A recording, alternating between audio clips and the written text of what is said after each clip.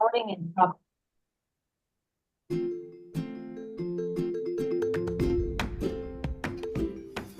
Welcome to Love and Live Abundantly. I'm Ilona. I'm Bill. Do you want to love more effectively?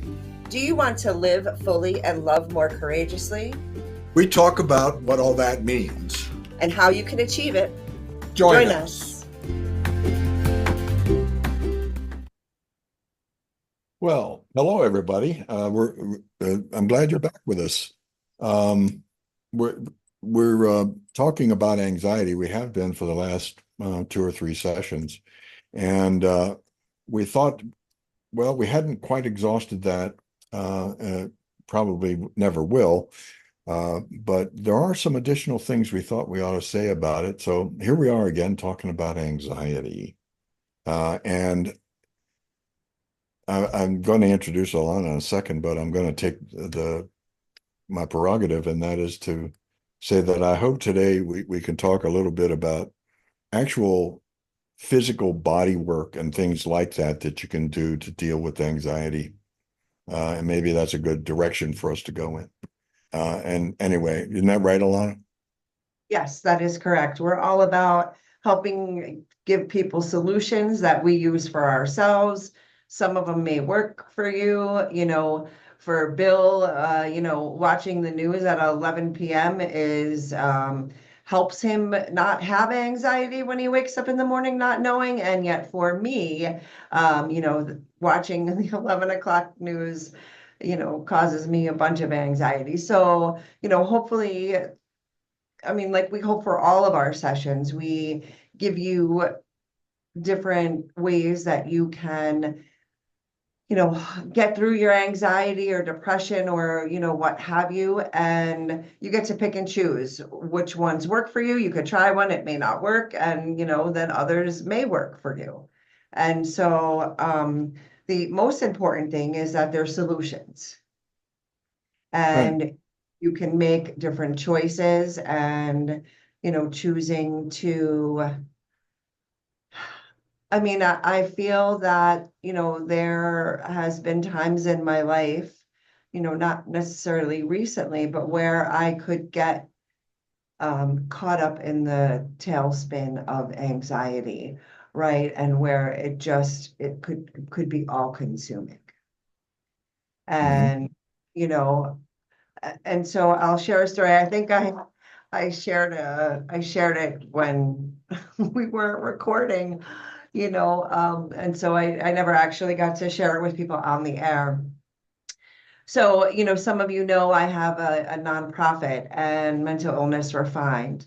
And, one of my limiting beliefs is that, um, you know, to stay quiet and not speak my truth, and, that my voice isn't necessarily important. And however, talking about mental illness is extremely important to me. It affects my own family as well as my friends and loved ones. And so I had, gone on social media and done a bunch of different posts about the nonprofit, and I was excited. People were engaging. They were encouraging me. Maricopa County even reached out to me and they wanted me to come and speak. And so all exciting things, right? I was exciting. I was like, oh my God, people are listening to me. And that night, I had a nightmare that I had swallowed screws.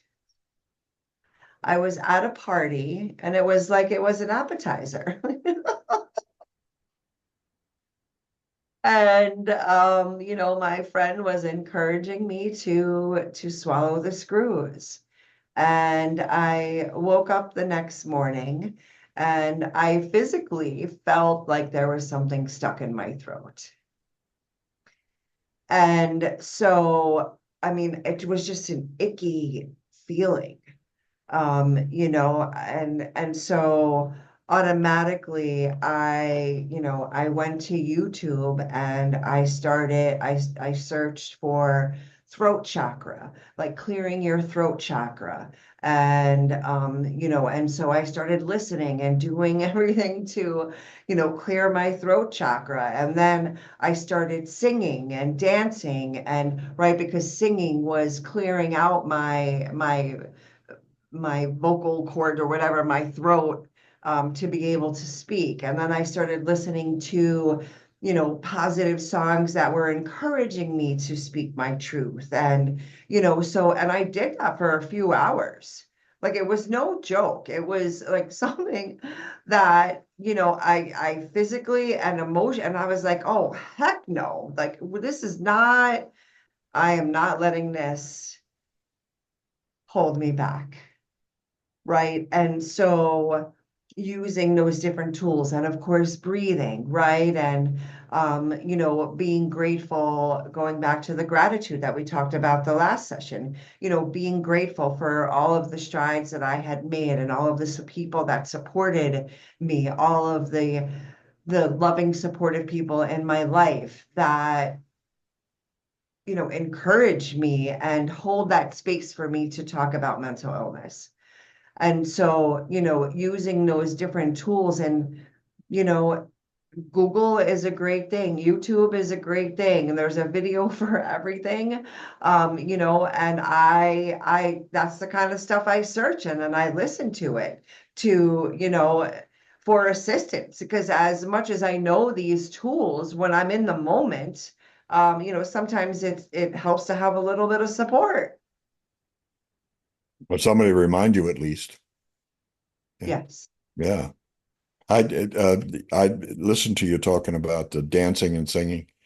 I write a lot. And over the years, I've written tens of thousands of pages of text about stuff. I think I'm a good enough writer that sometimes I'll pick up something I've written and not know that I wrote it and say, well, that's pretty good. And then I realize, oh, well, that was me. All right.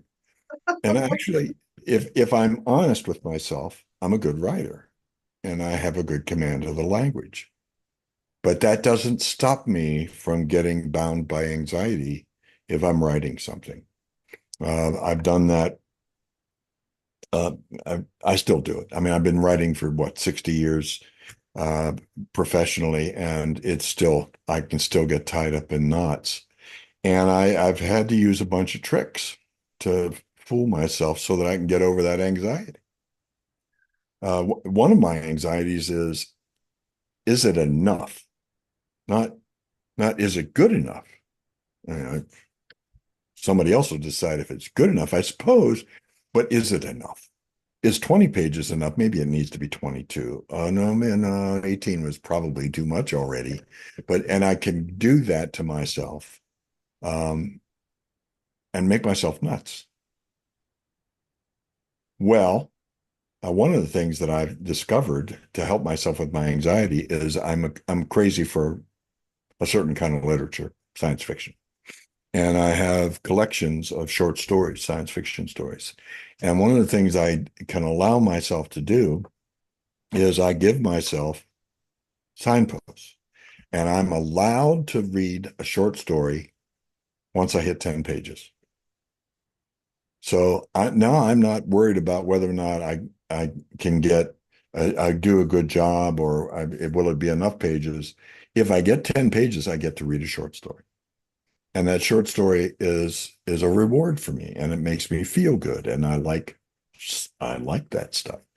And what I discovered was that instead of taking up my time and making it longer for me to write stuff, I was actually getting stuff done quicker because I wasn't so bound up and rethinking stuff and rewording stuff and going back and no, I just did it and I just got it done.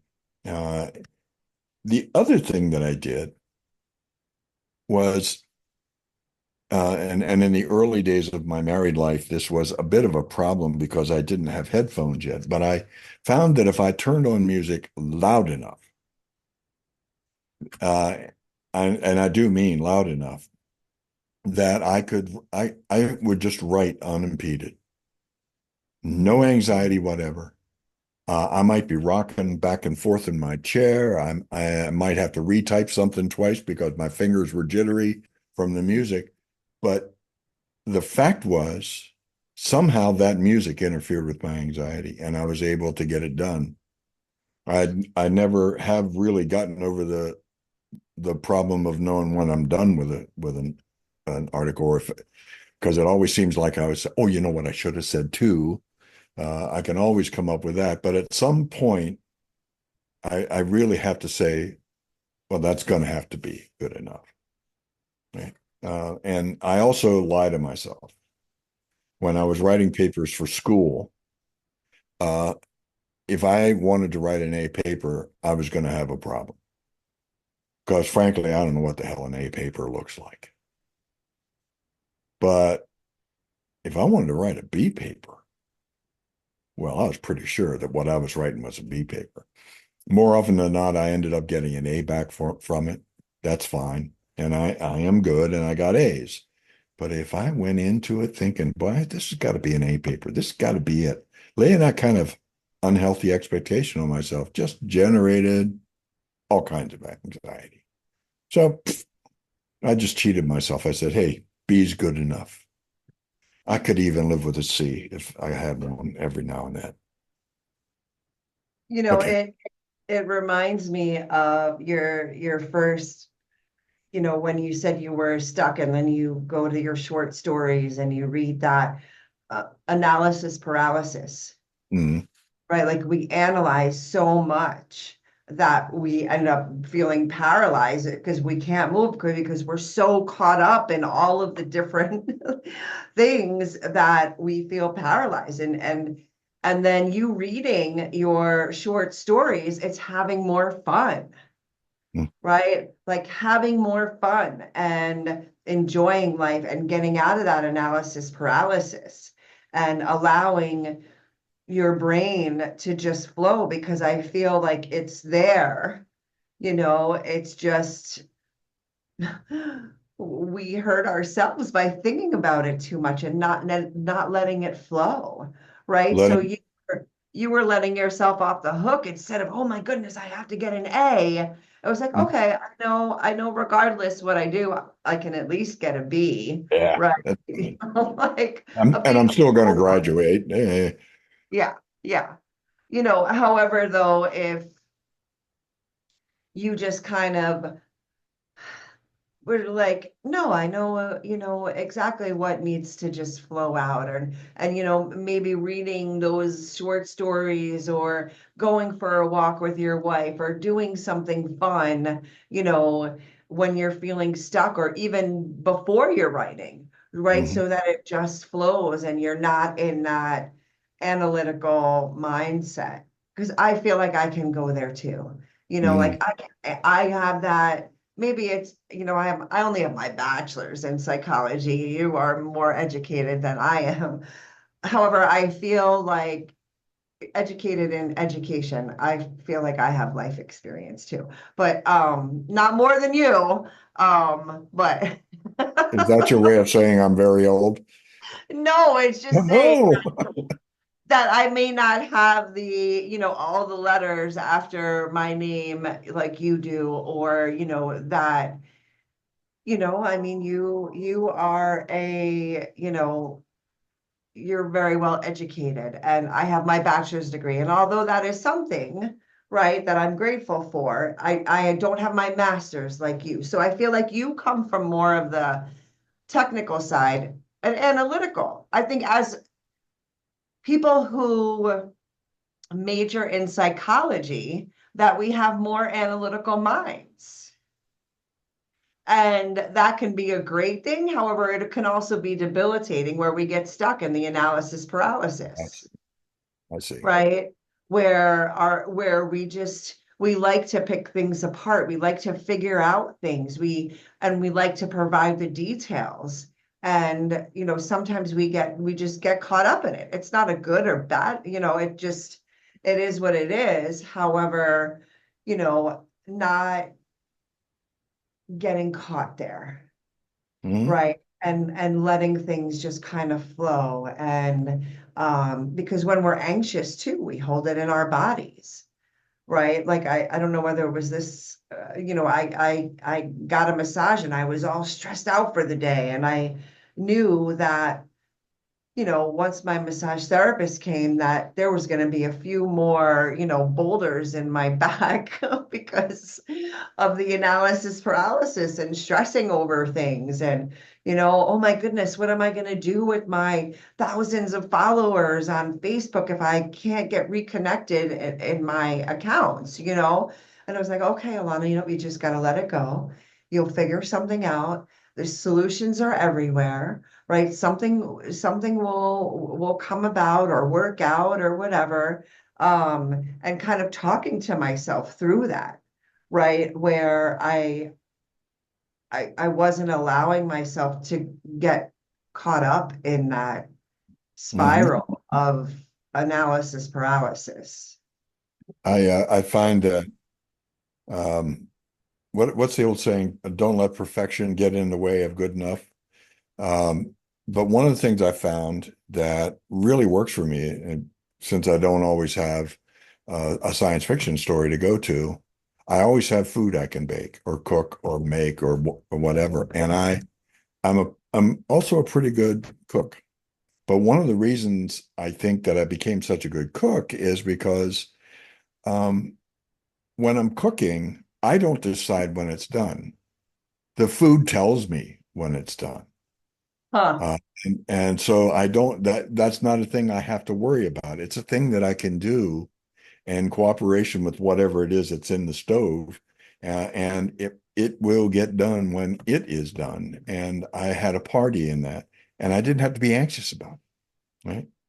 Um, it's one of those things where I didn't have to have a role in it. Like I would there were times when I would get stuck writing a paper, and one of the tricks I would play on myself was I knew exactly how long I could stay awake before fatigue would just drop me on the floor.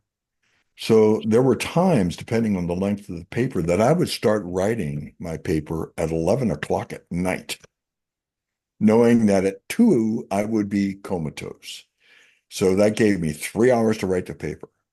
Good, bad, indifferent. At the end of 3 hours, it was done, and it was what it was going to be. That was hard for me to do unless I did something artificial like that, gave myself an artificial deadline. Yeah. Otherwise, I could have kept writing all day. Yeah. Yeah. One of the things you brought up, and you might want to talk about more, is I know that a lot of the folks that I've worked with over the years, my coworkers, would deal with anxiety by either yoga or by aerobic exercise, fully aerobic exercise.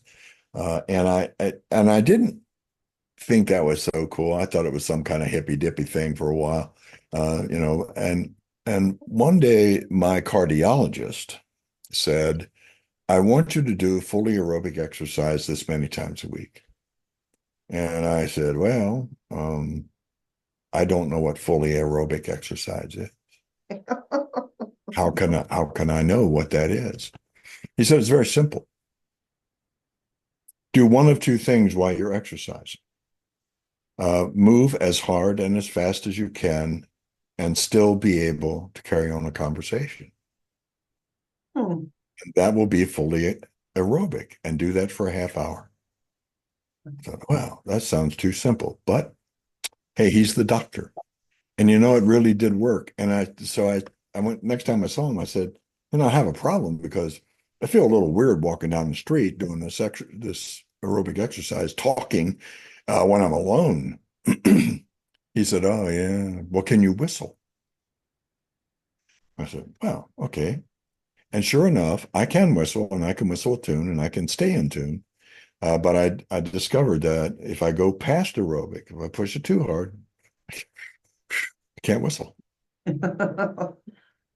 So I need concrete things like that, in part because I've convinced myself. So maybe it's psychosomatic, but I've convinced myself that those things bind my anxiety. Okay. So maybe the important thing is not finding the right thing, but finding something.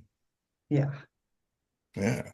Yeah. And that, well, that's what, I was alluding to in the morning, in the morning, in the beginning of this session was, we both come from different,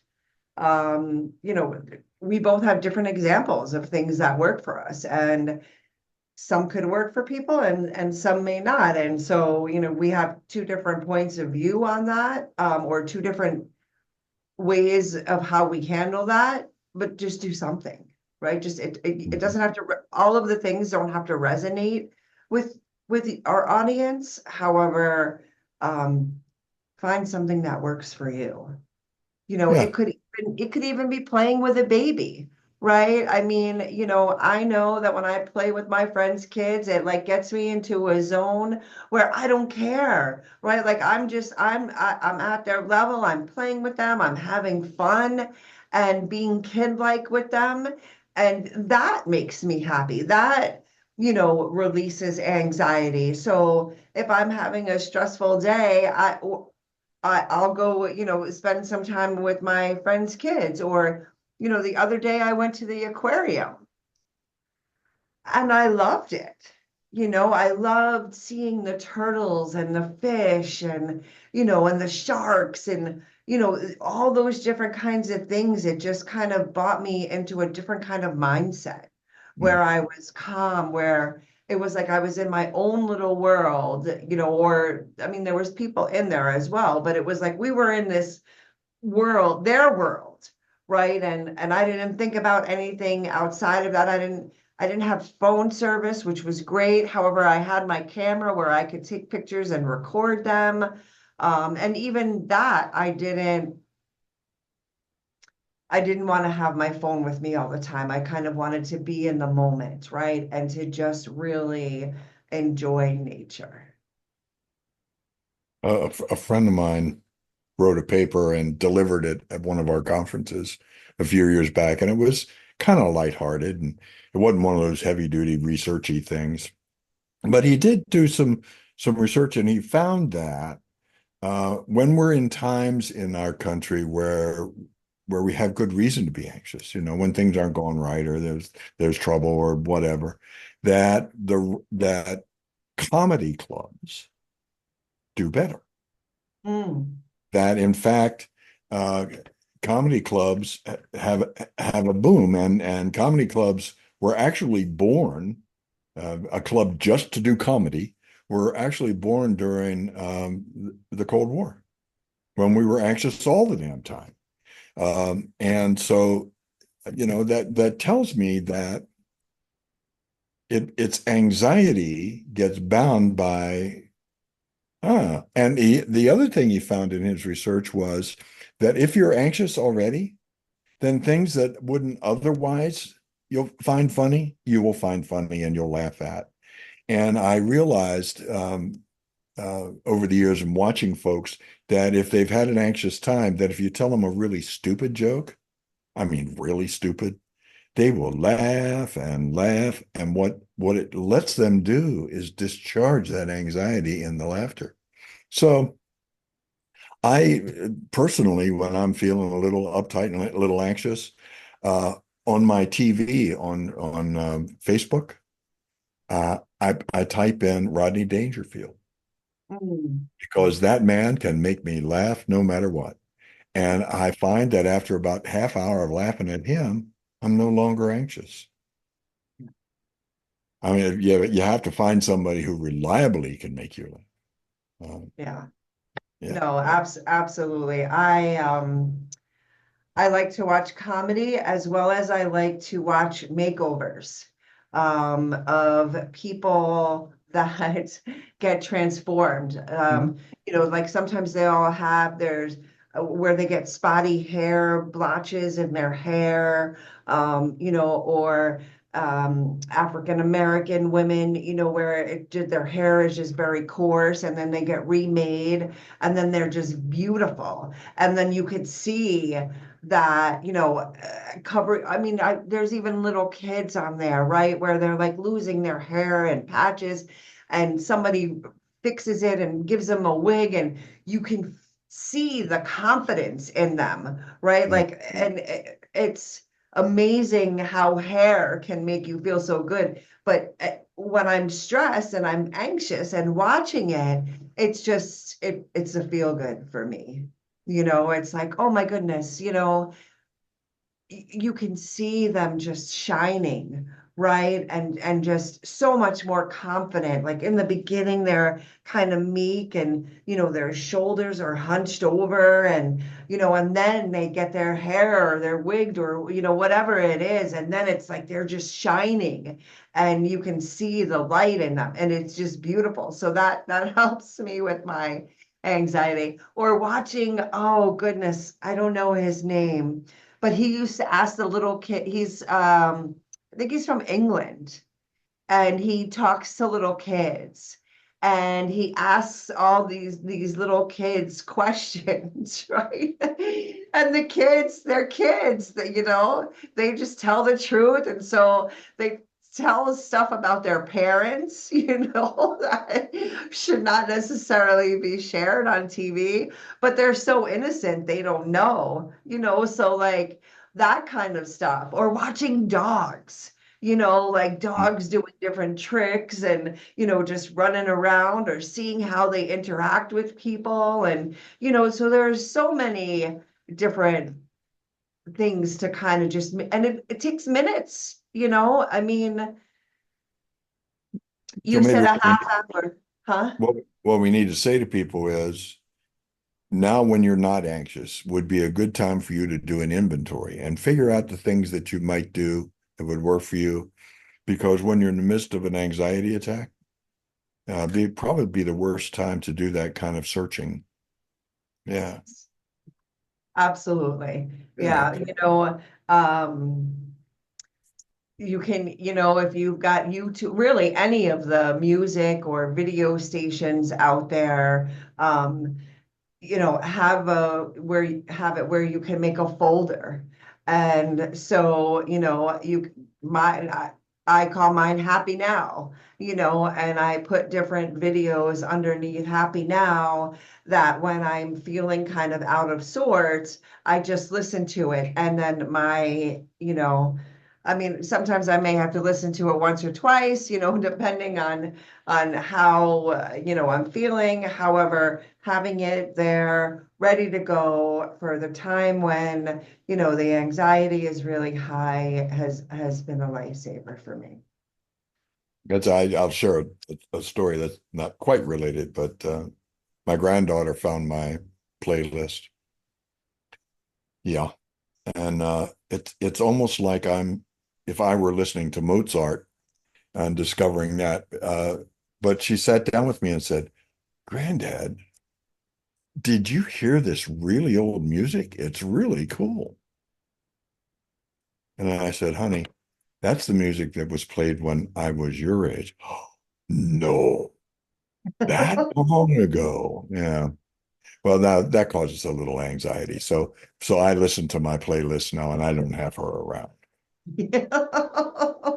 Hey, she may enjoy it, right? I mean, She today does. She thought it was really cool, even though it was really, really old.